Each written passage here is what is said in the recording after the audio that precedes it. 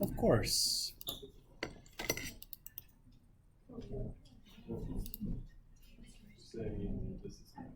Okay, 54. And in 54, we're just trying to show that these two things are inverses, right? So, Sophia, what we're going to do is we need to do two things. We need to do f of g of x, and then we also have to do g of f of x.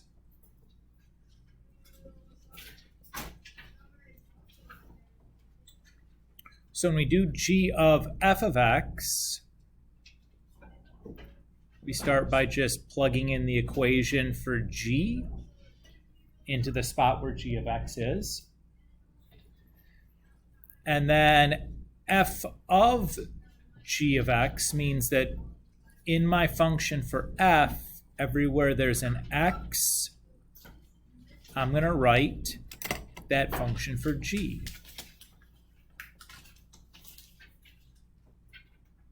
So I usually like to write like a big parenthesis and then leave a space for the thing and then plug the thing in, right?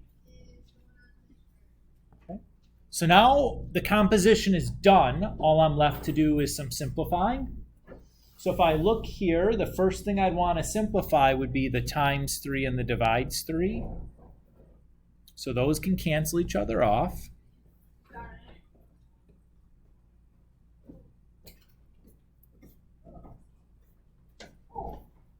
Yep, pretty late. That's okay. That's okay. I'm just letting you know.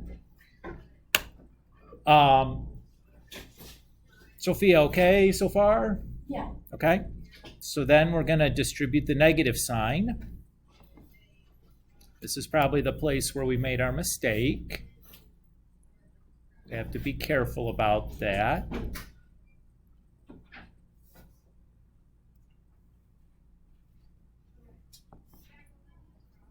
And then the plus 7 and minus 7 can cancel out.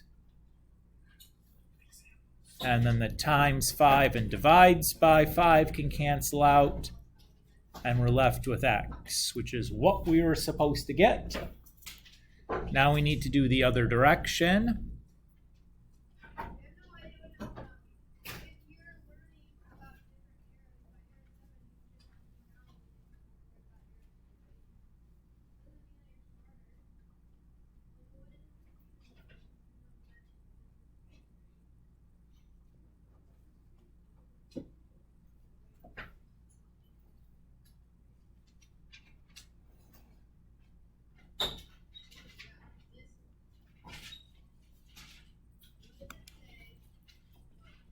So again, start the same way. I'm going to write in the equation for g of x, and then I'm going to plug that equation into all the x's. I'm sorry.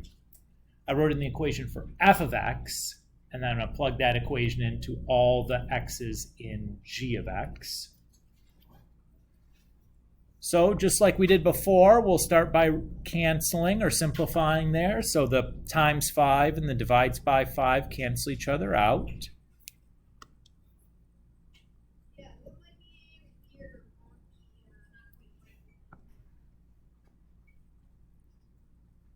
Distribute the negative through.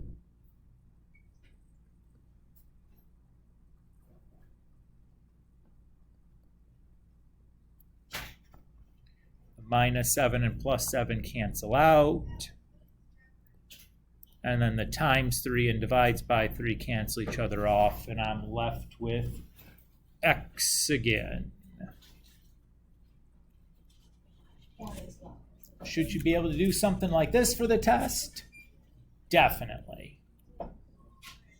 Definitely. And this, I think, is about a representative level of difficulty of what I'd expect for you to be able to do. This is not beyond something that I would call test level difficulty. Okay? Patrick. So let's say like 49 is the example. The domain would be in 2 parts. Would it matter which one goes first? It doesn't matter which part you want to write first, although the convention is you kind of work from left to right. So you start with the smallest lower bound first, and then the union and then the one next smallest up lower bound, and then kind of just continue from there. But it's not expressly wrong if you don't write it that way. Now, if you switch the upper bound and lower bound inside the same interval, that's wrong. But if you write like, you know, negative infinity to negative 5 union, you know, negative 5 to positive infinity, that's correct. But if you had written it positive 5 to positive infinity union, negative infinity to negative 5, that's okay.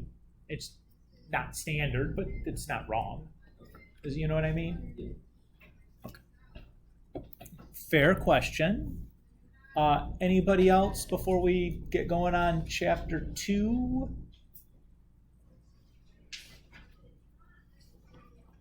Okie dokie.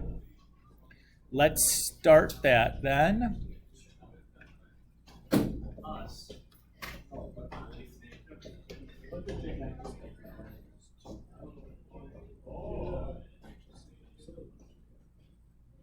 So chapter 2, and really the rest of this second chapter, we're going to be spending this kind of really developing the foundations of trigonometry. So if you guys remember,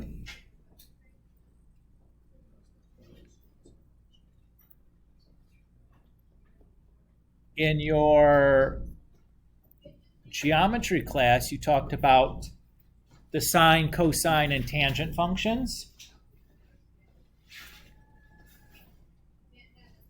What is the x that we're plugging into all sine, cosine, and tangent functions from our geometry class? What kind of value went in for x? What kind of stuff did we take the sine of, or the cosine of, or the tangent of? Olivia, what was that? An angle. More specifically, though, where did that angle come from? What kind of triangle? A right triangle, okay. And what kind of angle from the right triangle? Could I do sine, cosine, and tangent on any angle in the right triangle? You couldn't use the right angle. So it had to be an acute angle in a right triangle.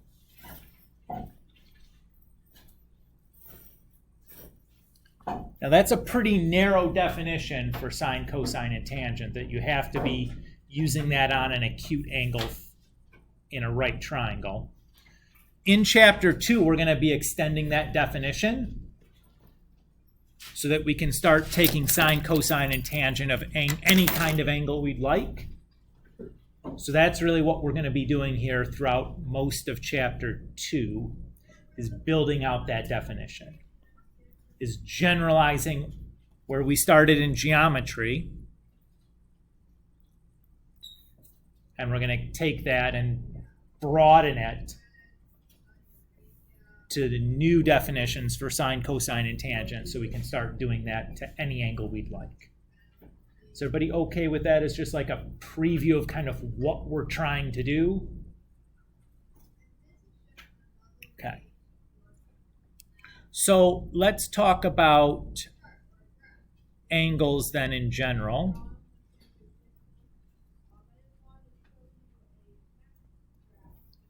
Okay. So back in geometry, when you measured an angle, what did you use? Right, but what unit did you use to represent that angle? Degrees, right? So in geometry, primarily, we would have used degrees to measure an angle. There's actually 2 other measurements or ways to measure an angle. So there's radians, and then there's a gradient. We don't do gradients in this course. That's beyond the scope of, I think, any high school math class. But we do talk about radians, and radians almost becomes the preferred unit in a trigonometry course. So let's talk about what a radian is.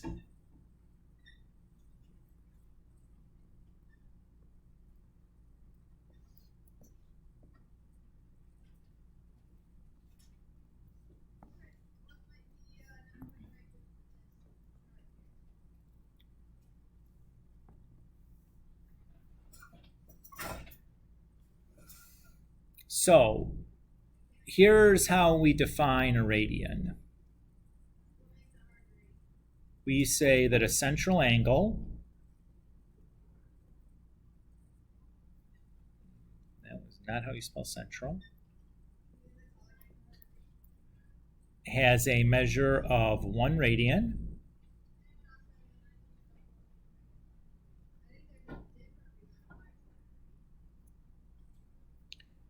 If it intercepts an arc with the same length as the radius.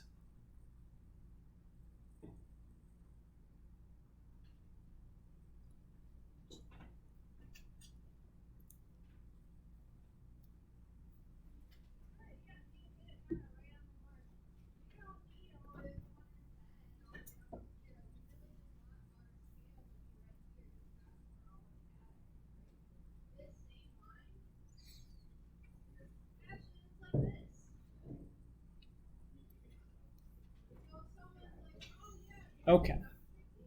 Well, let's unpack this a little bit because there's probably a fair bit of geometry vocab in here that we don't remember anymore. Is that fair? You read that definition, and there's probably several words in there that were just like, that sounds like something I would have talked about, but I don't have it anymore. So when we say central angle, what is a central angle referring to?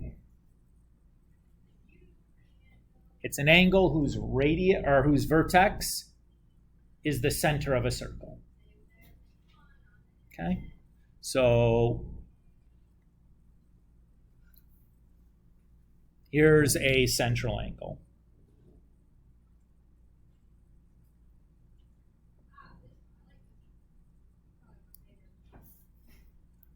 So angle CAB is a central angle. And it says it intercepts. What does intercept mean? Yeah, it runs into it. It crosses, right? Okay. So is our central angle crossing the circle? Yeah.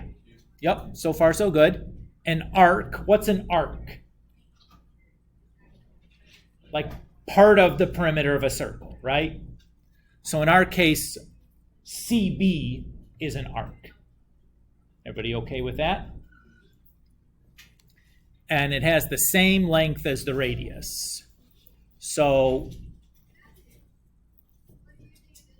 we would say that if AC, the segment AC is congruent to the arc CB, then the measure of angle CAB is equal to 1 radian.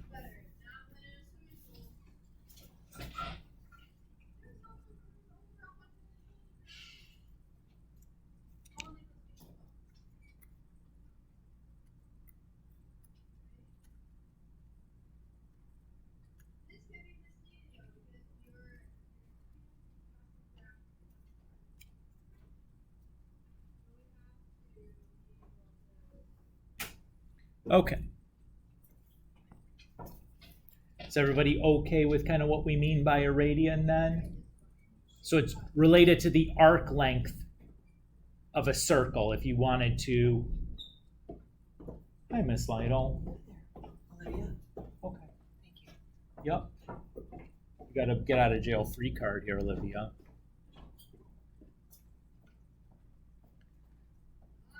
Thank you. You're welcome. So if we take our angle and we like build a circle around it, the length of the arc between those intercepted arms will essentially kind of boil down to being the measure in radians. Okay? So we're translating from this degree, which you couldn't even describe to me what a degree is, right? If I asked you to define what a degree is, then you'd been sitting here going, To hear something, it's like a physical measurement. Now it's a physical distance. The natural question is, how do I convert between radians and degrees.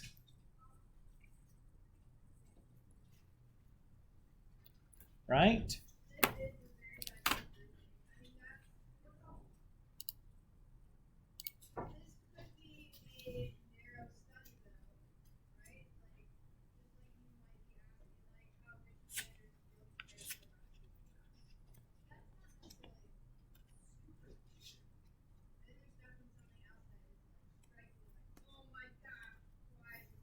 Okay. So let's say that we have some circle,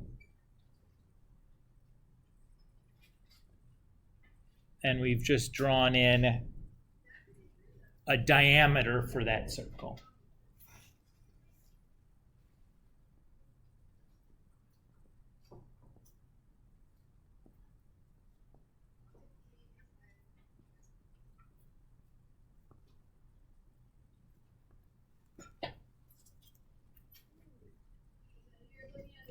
Everybody's okay with that?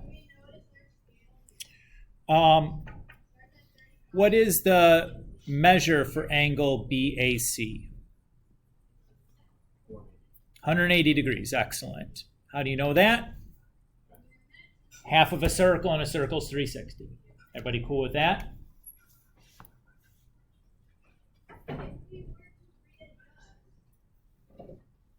Okay.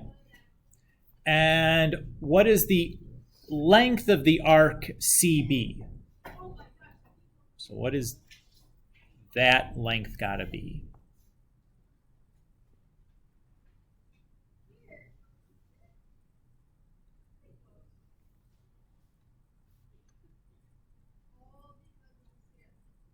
It's not going to be a number.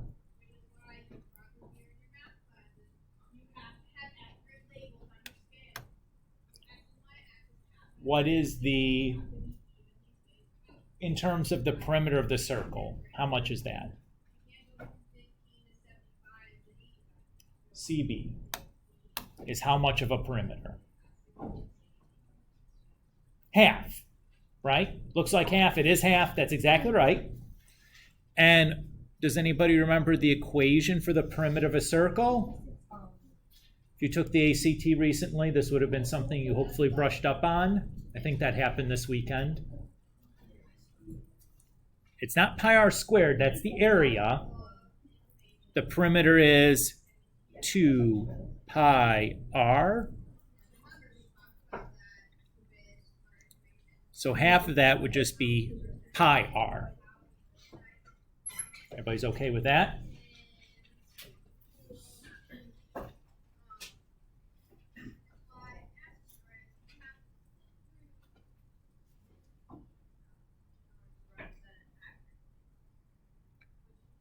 So,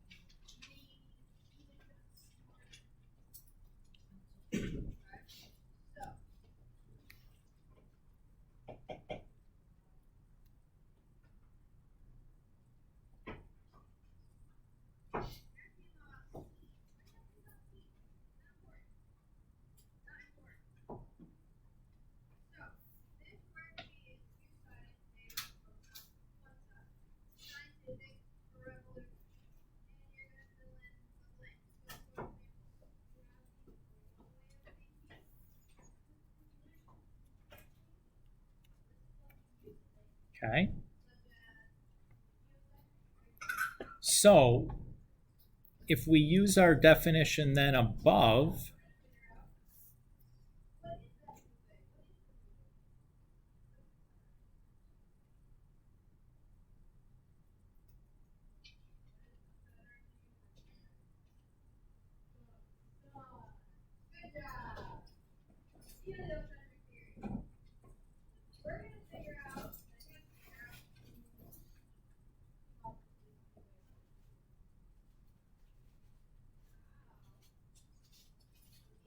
Okay.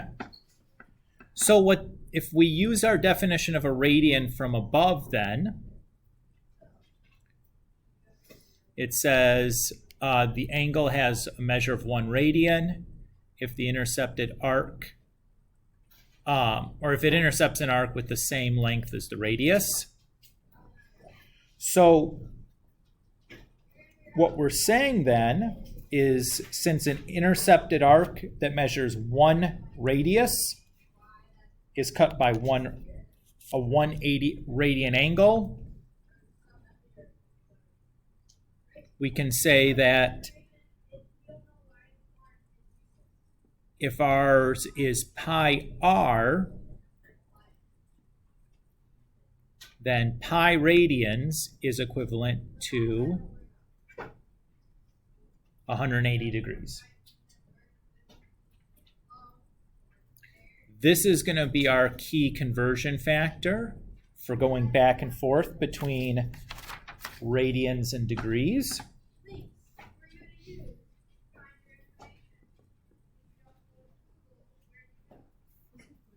Mm-hmm.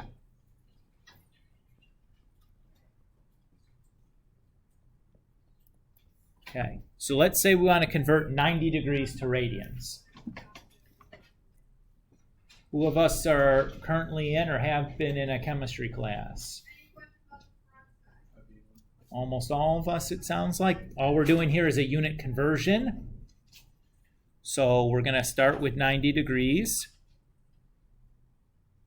And we want to end in our answer in radians. What unit should be in the denominator of that next conversion factor? Should be degrees, right? And our conversion factor is there's 180 degrees in pi radians. Everybody's okay with that? When I multiply this together, the 90 and 180 can reduce to 2.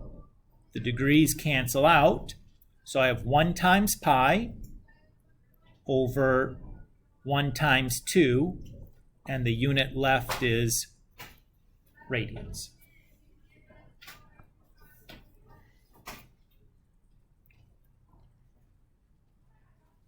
Pretty easy there.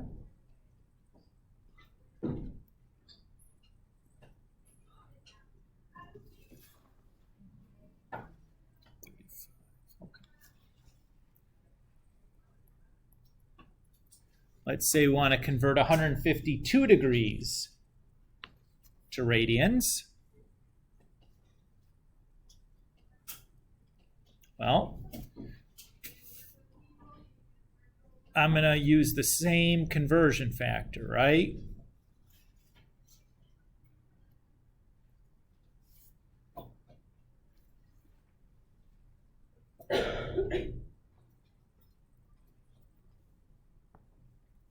So let's do a little reducing. I like to reduce before I multiply. I find that it's typically going to make it a life a little bit easier. Both 152 and 180 are even, right? So what can reduce out of each of them? At least a 2. So 152 divided by 2 is 76. Can I do more? Yup.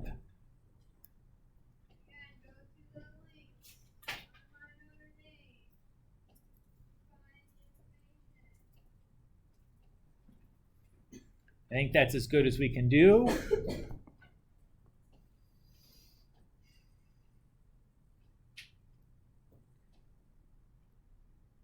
So we'd call that 38 pi over 45 radians. Or, depending on the context of the question or what the direction said, we might want that as a fraction. Or I'm sorry, as a decimal. It's a fraction. It already is a fraction, Mr. Kulik. Yeah, I know. I'm hungry. So about 2.65. You could represent it that way. Again, depending on what the question was asking for.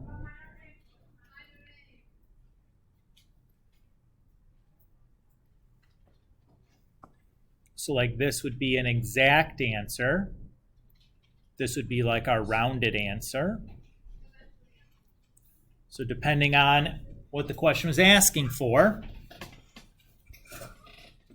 you could write it either way, right? Just depending on the directions. Everybody so far so good? Let's go the other way. Let's go from radians to degrees.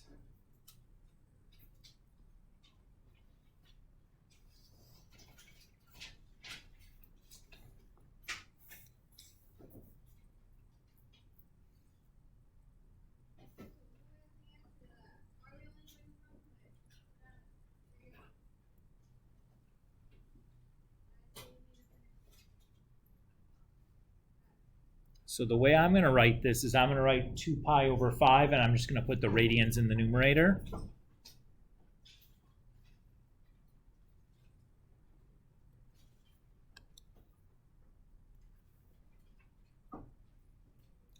And then whatever this answer is needs to come out in degrees, right? If we put radians in the numerator, what needs to be in the denominator of our conversion factor? Radians. So the denominator should be pi radians, and the numerator should be 180 degrees. Is everybody okay there? So I notice the radians cancel, the pi's cancel, and then 5 goes into 180. What's that? What'd you? Should be 38 times, right? No, 36 times.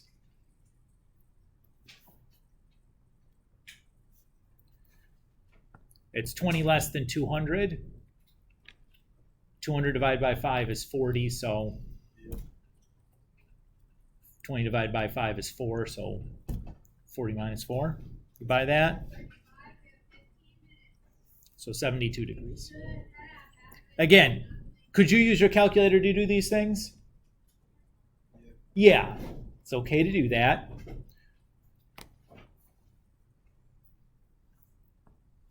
But I'm just going to show doing it by hand for right now.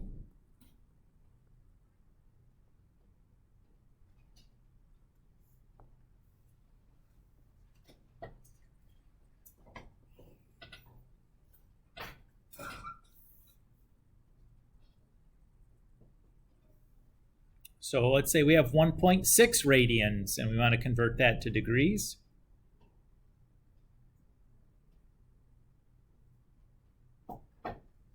So same conversion factor as before. Oops.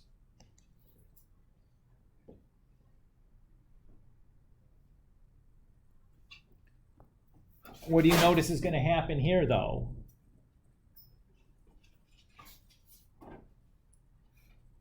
Is the pi, there's no pi to cancel out. So here, if you're going to convert this into a degree, typically we don't want to write degrees as fractions in terms of pi. You're kind of forced to use a decimal here. There's not really a good exact way of writing this. So I'm just going to cancel my radians and then just go to my calculator and just do 1.6 times 180 and then divide it by pi. Don't forget about the pi. And I get about 91.67 degrees. Maybe we'll make that an approximate.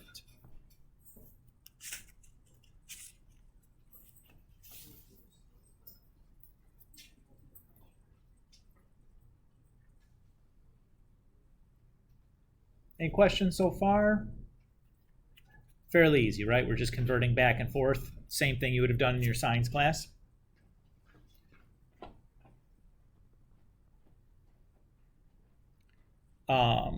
So we have another definition here. Let's say if we have a central angle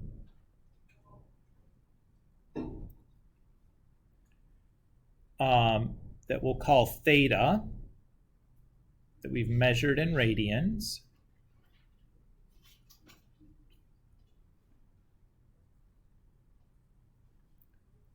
That's in a circle with radius r.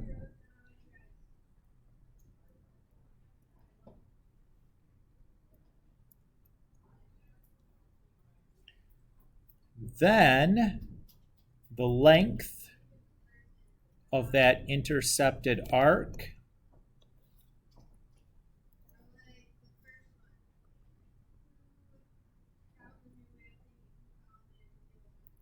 is S equal R times theta. S is my intercepted arc.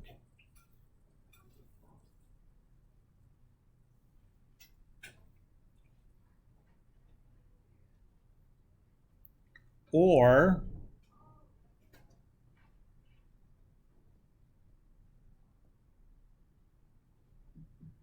yes, Sorry, guys. Student here. she came late. Okay, thank you. Yep.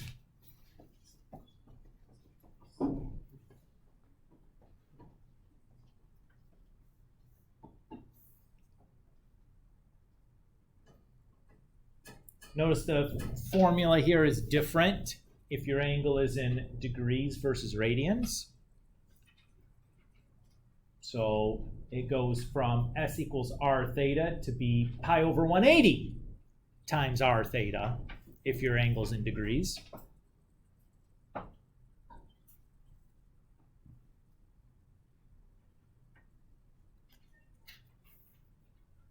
All right. Let's bang through a couple of examples and call her a day. Sound good? Okay.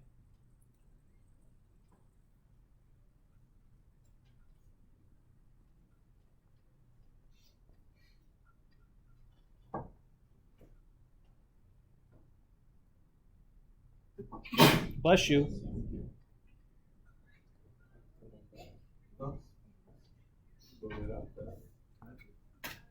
All right.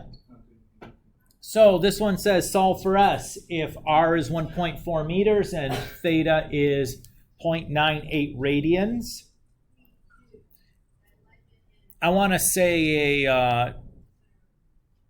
so the first thing I want to do is pick my formula. I'm going to pick the radian formula because my angle's given in radians. Probably going forward, much past this section, we're going to stop writing radian at the end of angles measured in radians. We would just write that as 0.98. And you'll recognize that as a radian measure because you won't have a degree symbol after it. So we're going to have to make sure that we're being very careful about labeling things with degrees that are degrees. Because if there's no degree symbol there, the assumption would be that it's radians. Okay, so I'm going to write radians here. I'm going to continue to do that for maybe another section or two, but eventually we're going to quit doing that. Just giving you the heads up that that's the convention. Okay, so what do we need to do here? Dude, we're just plugging in numbers and typing into our calculator, right?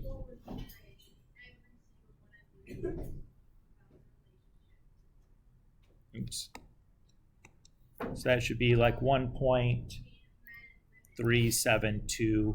And then what unit should this be in?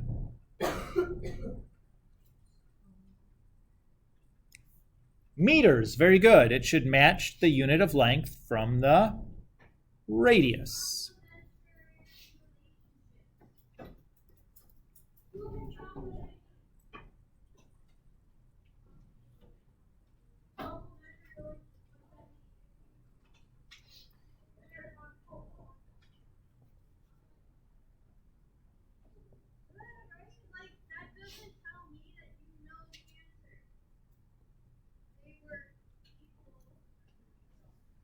Okay, so solve for us if the radius is 3.8 inches and the angle is 40 degrees. What's the key piece of information that we need to pick up here? Yeah, that our angle is in degrees. So we need to make sure that we're using the degree formula.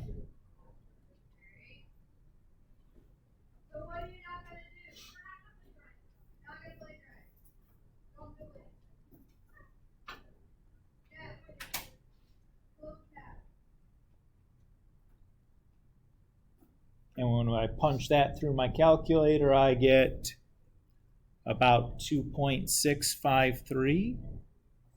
And the unit here should be inches. Good. It should match the unit of length given to me in the problem.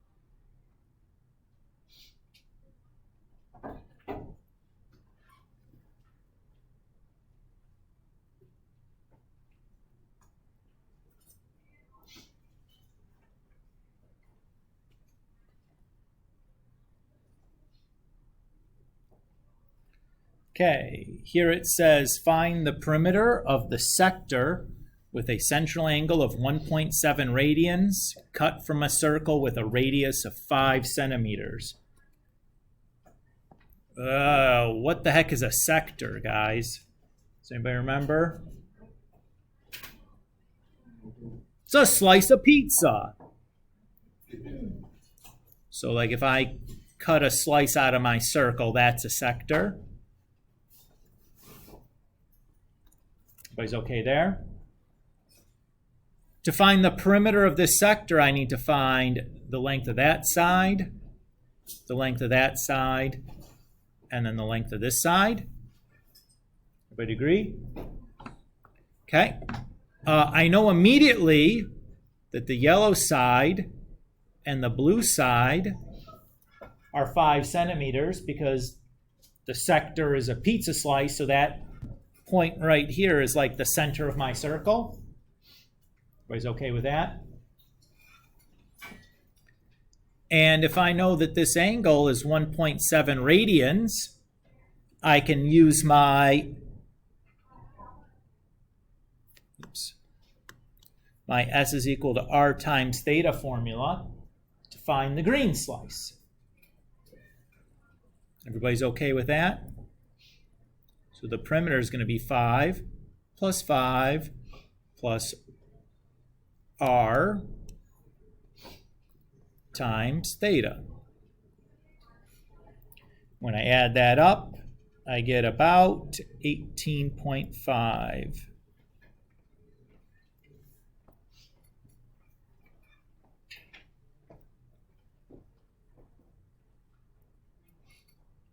One last example. God bless you. God bless you.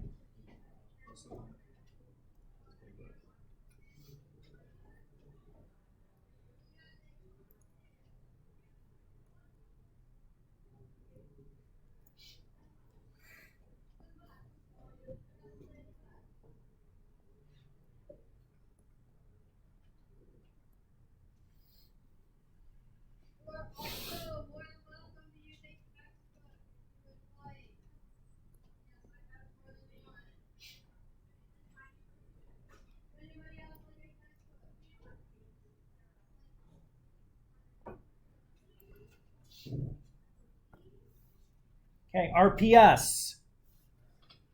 What's that stand for? Car people? Revolutions per second. Yeah, revolutions per second. It's how many times the tires are going to spin around in 1 second. Everybody's cool with this? Easiest way to treat this problem is just a big unit conversion problem. The start of my problem is going to be 15 miles per hour.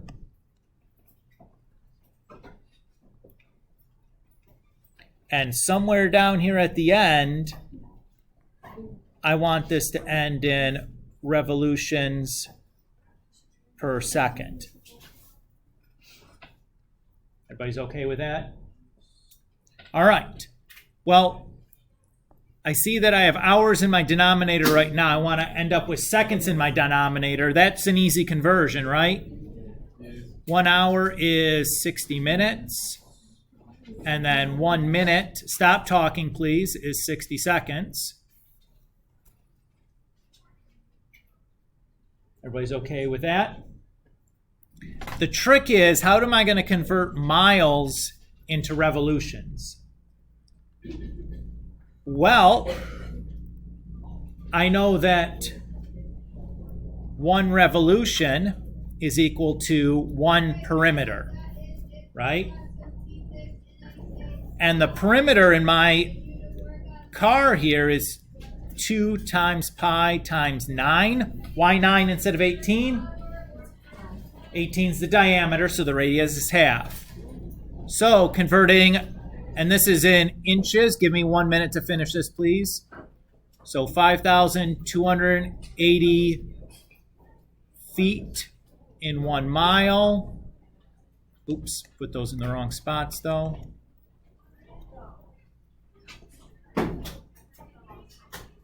And I know that there's 1 foot is 12 inches. And then I know that 18 pi inches is 1 revolution. So now all I need to do is multiply everything through and I'm done. That should come out to be about 4.70. You guys could do up through like something. I'll put it on my Notre Dame. Thanks, dude.